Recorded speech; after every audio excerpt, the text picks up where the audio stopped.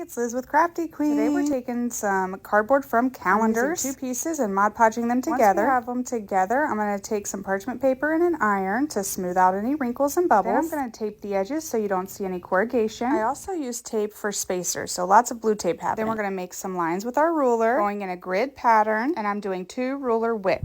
Once we have our pencil lines, we're going to take our hot glue gun and we'll trace out all those pencil lines. I didn't do pencil lines on the outer edge, but I also traced that. Once your hot glue cools, grab a brush and brush away any of the hot glue strings. Once that's done, we can start to paint. I'm using 2 coats of black chalk paint, but you can do these in any color. I did 2 other ones in other colors that I'll show you at the end. Our goal is just to make these look like vintage metal tins, so whatever that looks like to you. Be sure to dry your layers of paint in between. Next, you're going to get out any metallics, rub and buff, waxes, paints, honestly, whatever you're going to use to make this look like an old tin. Then I cut up a sponge and I use the rough end, like the scratchier side, and I would dab it in my rub and buff and I would dab it on the tile. I did the same with some watered down teal paint. You can do this with oranges, reds, browns, whatever you like. This part is super therapeutic, and the more layers you do, the better it's gonna look. So go nuts, take your time. Now once you're done layering and drying and layering and drying, grab your hole punch to punch some holes because this is cardboard, and then grab yourself a hanger. You can use fabric, beads, whatever. I used some rusty wire from Amazon. And I think these turn out so beautiful. They're very inexpensive to make. I hope y'all enjoyed this video. If you did, please be sure to like, comment, all the things, and we will see you again as soon as we can. Have a great day. Bye.